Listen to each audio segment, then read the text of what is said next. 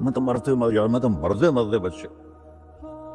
ایک دن اس کا الٹ ہو جائے گا، بچتے بچتے مر جائے. وقت قیمتی چیز ہے اور یہ قیمتی بنتا ہے اس میں کچھ بھرنے سے، اور جو بھر دو گے نکال نہیں سکو گے. وقت کے برتن میں جو بھرو گے، وہ بوتلوں میں یہ سیرپ مشینوں ایسے ڈال رہی ہوتی ہے نا، ایسے بوتل آتی ہے، اس میں اوپر سے وہ مشین اس کے اندر سیرپ ڈالتی ہے، وہ آگے چلی جاتی. کبھی کوئی بوتل مس ہو جاتی ہے تو خالی آگے نکل جاتی، اس کے اوپر کھڑا ہوا جو ہے کام کرنے والا، وہ اس کو اٹھا کے دوبارہ پیچھے رکھ دیتا، پھر بھر جاتی ہے. لیکن یہاں یہ نہیں ہو سکتا کہ میری یہ گھڑی خالی چلی گئی، کچھ بھی نہ کیا، یا موبائل سے ہی کھیلتا رہا. کتنے نوجوان کیا بوڑھے کیا موبائل سے کھیل کھیل اپنی زندگی برباد کر رہے ہیں، گیموں میں زندگی برباد کر رہے ہیں، چیٹنگ میں زندگی برباد کر رہے ہیں. وقت ایک قیمتی چیز ہے. یہ سال مہینے تو ہم نے بنائے ہیں. اللہ نے کہا تھا علم عدد السنین والحساب، مہینے سال تم خود بنا لینا، میں تمہیں وقت کھلا دے رہا ہوں جب تک تمہاری زندگی ہے. 17 ہجری میں حضرت عمر رضی اللہ تعالیٰ عنہ کی حکومت تھی. ابو موسیٰ اشعری رضی اللہ تعالیٰ عنہ یہ گورنر تھے بصرہ کے. تو انہوں نے خط لکھا کہ امیر المومنین، آپ کے خط آتے ہیں، نہ پتہ ہوتا ہے یہ کب نافذ ہونا ہے اور نہ پتہ ہوتا ہے یہ کب ختم ہونا ہے، تو ارخ لنا، تو ہمارے لیے کوئی کیلنڈر بنائیے. تو حکومت بہت پھیل چکی تھی، 22 لاکھ مربع میل میں حکومت پھیل چکی تھی. تو حضرت عمر کو یہ بات بڑی پسند آئی، تو انہوں نے سب کو جمع کیا. فرمایا بھائی ابو موسیٰ کا خط آیا ہے تو ہمیں اپنا کوئی کیلنڈر بنانا چاہیے. سب نے کہا بالکل صحیح ہے. تو فرمایا کہاں سے شروع کریں؟ تو ایک رائے آئی میلاد النبی سے شروع کریں، ولادت نبی سے شروع کریں. ایک رائے آئی غزوہ بدر سے شروع کریں. ایک رائے آئی فتح مکہ سے شروع کریں. آپ نے حضرت علی سے پوچھا تمہاری کیا رائے ہے؟ کہا ہجرت سے شروع کریں، کہ ہجرت سے اسلام زندہ ہوا. آپ کی ہجرت ہوئی تو اسلام کے دروازے کھلے. تو عمر رضی اللہ تعالیٰ عنہ کو یہ رائے سب سے زیادہ پسند آئی، اور یہ طے پایا کہ بھئی ہم ہجرت نبی سے اپنے سال کو شروع کریں گے. تو محرم سے ہجرت کی ابتدا ہو گئی. تو آپ نے فرمایا چونکہ ہجرت کی ابتدا تو محرم سے ہے، ہمارے نبی نے ہجرت کی سفر میں جا کر 27 سفر، تو ہم ہجری شروع کریں گے وہاں سے، اور سال شروع کریں گے محرم سے، کہ محرم سے ہجرت کی ابتدا ہوئی تھی. اور حاجی حج کر کے واپس جاتے ہیں تو محرم پہلا مہینہ بنتا ہے. تو لہٰذا ہمارا جو سال بنا وہ بنا محرم سے شروع ہوگا، اور اس کی جو سال کی جو انتہا ہے، ابتدا، وہ ہجری سے ہوگی. اور صحابہ اجازت لے رہے تھے، جا رہے تھے. ابوبکر صدیق نے اجازت مانگی تو آپ نے انکار کر دیا. تو کہا یا رسول اللہ میں آپ کے ساتھ جاؤں گا. آپ نے کہا ہاں. حضرت عمر رضی اللہ عنہ نے اجازت مانگی، آپ نے دے دی. تو حضرت عمر رضی اللہ تعالیٰ عنہ نے زرہ پہنی، تلوار سجائی اور بیت اللہ کا طواف کیا، اور جہاں سارے قریشی بیٹھے تھے وہاں کے کھڑے ہو گئے. کہا بھائی جو یہ چاہتا ہو کہ اس کی بیگم بیوہ ہو جائے، بچے یتیم ہو جائیں، تو یہ میں مکہ چھوڑ کے جا رہا ہوں. جس مائی کے لال میں طاقت آئے اور مجھے روک کے دکھائے. ایک بھی نہیں اٹھا، ایک بھی نہیں اٹھا. سارے سہم گئے، دبک گئے. میرے نبی سے زیادہ دلیر تھے حضرت عمر. آپ چھپتے گئے. حضرت عمر کا فعل سنت نہیں بننا تھا، میرے نبی کا فعل سنت بننا تھا. کمزوری کے وقت میں کیا کرنا ہے ہمیں طریقہ سکھانے کے، ورنہ جبریل ایسے براق پہ بٹھاتے اور جا کے مدینے اتار دیتے. امت کو سبق دینا تھا جب تم کمزور ہو تو پھر اس وقت تم نعرے بازی نہ کرو، اپنی طاقت کو حاصل کرو. نعروں سے بھی کبھی کوئی قوم فتح ہوتی اور بد دعاؤں سے بھی کبھی کوئی قوم برباد ہوتی، ہمارے جیسوں کی بد دعائیں. تو اپنی اصلاح کمزوری کے وقت میں وہ کرو جو میرے نبی نے کر کے دکھائے. کمزوری کے وقت میں وہ نہ کرو جو بدر میں انہوں نے کر کے دکھایا. اس وقت سارا باطل ہم پر چھایا ہو.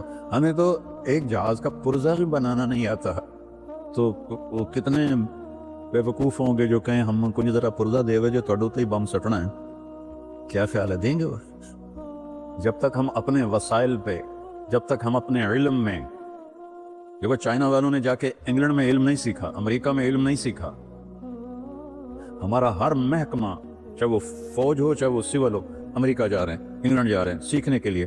ارے دشمن بھی کبھی سکھائے گا کچھ؟ ہم خود تراشتے ہیں منازل کے سنگ میل، ہم وہ نہیں ہیں جن کو زمانہ بنا گیا. جاپان نے کوئی جا کے انگریزی سیکھی تھی؟ چائنا نے انگریزی سیکھی تھی؟ انگریزی سیکھنا کوئی منع نہیں ہے، ایک زبان ہے، سیکھو، لیکن اس کو بڑائی اور عزت کا معیار بنا لینا کیا ظلم و ستم ہے یارو. اپنے علم میں خود مختار بنو گے، اپنی طاقت حاصل کرو گے، اللہ سے تعلق بڑھاؤ گے، پھر نعرے لگاؤ. ایسے زندہ باد مرد آباد کیا فضولیات. مسجدوں میں اتنا شور مچ جاتا ہے، زندہ باد مرد آباد. حضرت عمر رضی اللہ تعالیٰ نے دیکھا 2 آدمی مسجد نبوی میں اونچی اونچی بات کر رہے تھے، تو آپ نے ایک کنکر اٹھایا اور ان کو ایسے پھینکا. جب ان کے سامنے گرا تو انہوں نے مڑ کے دیکھا تو حضرت عمر نے ایسے اشارے سے بلایا مسجد نبوی میں. تو وہ آ گئے، کہاں سے آئے ہو؟ کہا یہ طائف سے. کہ اگر تم مدینہ کے ہوتے تو مار مار کے تمہارے چہرے میں خونی کر دیتا. تم نبی کی مسجد میں اونچی آواز سے بول رہے. یہ ساری مسجدیں مسجد نبوی سے جڑی ہوئی ہیں، بیت اللہ سے جڑی ہیں. ان میں نعرے کبھی زندہ باد کبھی مرد آباد. یہ کیا امت نے طریقہ اپنا لیا.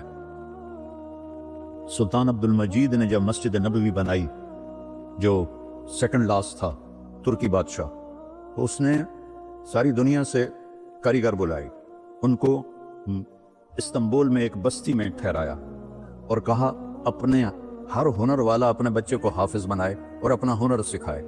تو سب نے ایک ایک بچہ حافظ بنایا، اپنا تعمیراتی ہنر سکھایا.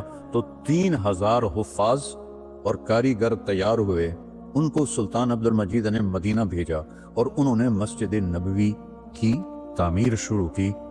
ہر پتھر پہ قرآن پڑا ہوا ہے جو پرانی مسجد ہے. اور جب کوئی پتھر رکھتے تھے اور وہ تھوڑا بڑا ہوتا تھا، اس کے مطابق نہیں ہوتا تھا، تو وہ نشان لگاتے.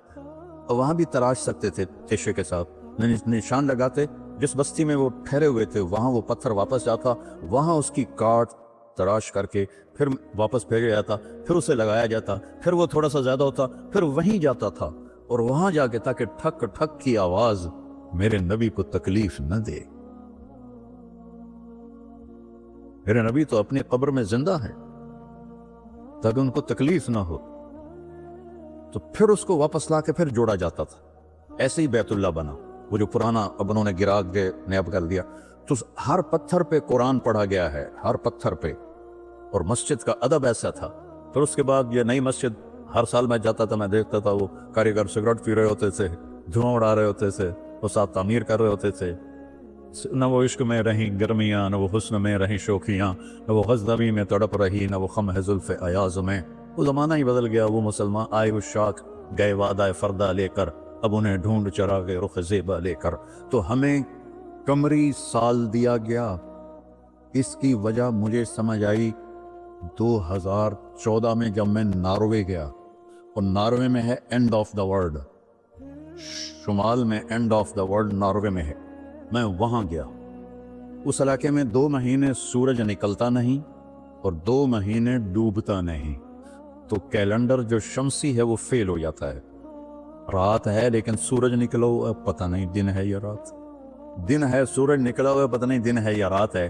تو کئی علاقے ہیں ایسے اوپر شمال میں جہاں سورج کا کیلنڈر فیل ہو جاتا ہے. تو 3 گھنٹے کا اوسلو سے جہاز تھا، آگے 5 گھنٹے کا موٹر کا سفر تھا، 8 کلومیٹر کی سرنگیں تھیں، اور پھر آخری بستی مچھروں کی تھی، وہاں سے پھر 1.25 گھنٹہ آگے موٹر کا سفر تھا. تو جب ہم وہاں پہنچے تو وہ جون جولائی سورج ڈوبتا نہیں، 1 اگست کو ڈوبنا شروع کرتا ہے.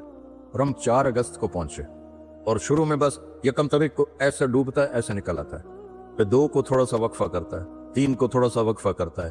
4 اگست کو 20 منٹ کی رات تھی. چونکہ میں 4 اگست کو کیوں مجھے یاد ہے، 4 اگست کو 20 منٹ کی رات. اور ہم وہاں پہنچے تو ابھی ہم نے مغرب بھی پڑھنی تھی، عشاء بھی پڑھنی تھی، اور سورج نکلنے سے پہلے فجر بھی پڑھنی تھی. تو یہ ایک انوکھا واقعہ میرے ساتھ آیا ہے جو شاید ہی کسی اور کے ساتھ پیش آیا ہو، یا میرے ساتھ جو ساتھی تھے. وہاں میں بھاگا اور ریلنگ تھی اس کے ساتھ کھڑے ہو کر میں نے اذان دی. مجھے اللہ کی مخلوق کو 2 دفعہ دیکھ کے ہیبت طاری ہوئی. ایک ماؤنٹ ایورسٹ کو دیکھا کہ وہ پوری طرح ننگا تھا, چوٹی خالی تھی, دیکھ کر میں بالکل گم ہو گیا. جس کے تیر اتنے بڑے ہوں وہ اللہ کتنا بڑا ہوگا. اور ایک وہ جب میں اینڈ آف دی ورلڈ پر پہنچا تو اس کا وہ منظر دیکھ کے میں گم ہو گیا. میں نے اذان دی, ٹھنڈی ہوا چل رہی تھی, تو میں نے قبلہ دیکھنا چاہا تو چاند سامنے چمک رہا تھا. سورج فیل ہو گیا تھا, چاند چمک رہا تھا. تو آج سمجھ میں آیا کہ اللہ نے ہمیں چاند کا کیلنڈر کیوں دیا ہے, کہ میرا نبی سارے زمانے کا نبی ہے. جہاں سورج نہیں نکلتا اور جہاں سورج کئی مہینے نہیں ڈوبتا, اگر وہاں کوئی مسلمان ہیں تو دن رات کا حساب کیسے لگائیں گے؟ چاند کو دیکھ کر. میں نے چاند دیکھا, واہ واہ اب یہ رات کھڑی ہے.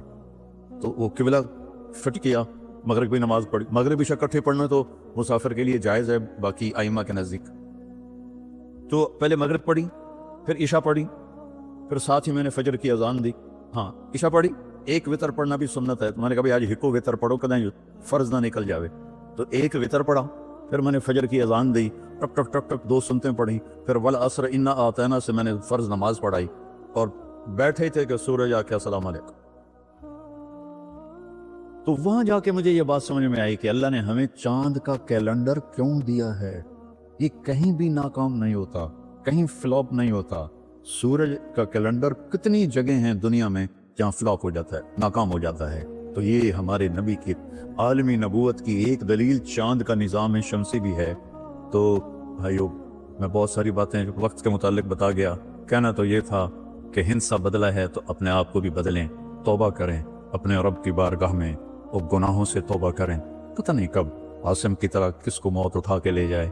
تو نہ جانے بلا لے پیا کس گھڑی, تو کیا کیا کرے گی کھڑی دن کے دن. نہ جانے بلا لے پیا کس گھڑی, پتہ نہیں کب موت کا ڈنکا بج جائے. تو بھائیو اس سے پہلے توبہ کرو, اپنے رب کی بارگاہ میں جھکو, فرائض ادا کرو, 5 نمازیں پوری پڑھو, جھوٹ نہ بولو, سچ بولو, دھوکہ نہ دو, دیانتداری سے چلو, بدکاری نہ کرو, نکاح کرو, نشے نہ کرو, حلال پیو, حلال کھاؤ, حرام نہ کماؤ, حلال کماؤ. ماں باپ زندہ ہیں تو ان کے آگے اف بھی نہ کرو. بیوی بچوں سے حسن سلوک رکھو, روب جمانا نہیں. ماں باپ سے کہتا ہوں اولاد کی عزت کرو, اولاد کو عزت دو, انہیں ڈانٹ ڈپٹ سے نہ چلاؤ, پیار سے چلاؤ. اولاد سے کہتا ہوں ماں باپ کے آگے اف بھی نہ کرو, کہ وہ تمہاری جنت ہیں, وہ تمہاری جنت کے دروازے ہیں. اور اپنی کمائیوں میں حلال رکھو. ایک دوسرے سے لڑے ہوئے ہو تو صلح کر لو, کہ اللہ پاک کو آپس کا لڑنا بالکل پسند نہیں ہے. اور اب یہ سیاست کا بازار گرم ہو رہا ہے, یہ نہیں منافقت ہے, منافقت کے سوا کچھ نہیں ہے. اس سے دور ہی رہو تو اچھا ہے. اور اگر کہیں کوئی سیاست کا کسی کو شوق ہے تو پھر اپنے مخالف کی بدخوئی نہ کرے, اس کی برائی نہ کرے, اس کو گالیاں نہ دے, اس کو برا بھلا نہ کہے, ورنہ اپنی آخرت خراب کرو گے. ایم پی ایم این اے ٹکے ٹکے بے کرائے ہیں تو ان کی کیا حیثیت. آج کل کے وزیروں کو کون پوچھا, وزیر اعظم کو کوئی نہیں پوچھتا, تو وزیروں کو کس نے پوچھنا. جب میں لاہور پڑھتا تھا تو مغربی پاکستان ہوتا تھا, ایک صوبہ, اور اس کا گورنر تھا امیر محمد خان اکیلا, اور پورے مغربی پاکستان کے 11 وزیر. ان کا روب بھی تھا, ان کے پاس پاور بھی تھی, ان کا پروٹوکول بھی تھا, وہ دیانتدار بھی تھے. کیا کریں, اپنے اوپر ہی روئیں, آنسو بہائیں. تو بھائی توبہ کرتے ہو سارے, کہو میرے ساتھ یا اللہ میری توبہ, پھر کہو یا اللہ میری توبہ, پھر کہو یا اللہ میری توبہ. انشاءاللہ ہماری توبہ قبول ہوگی. اور اگر کبھی ٹوٹ جائے پھر توبہ کر لینا, اللہ پھر معاف کر دے گا.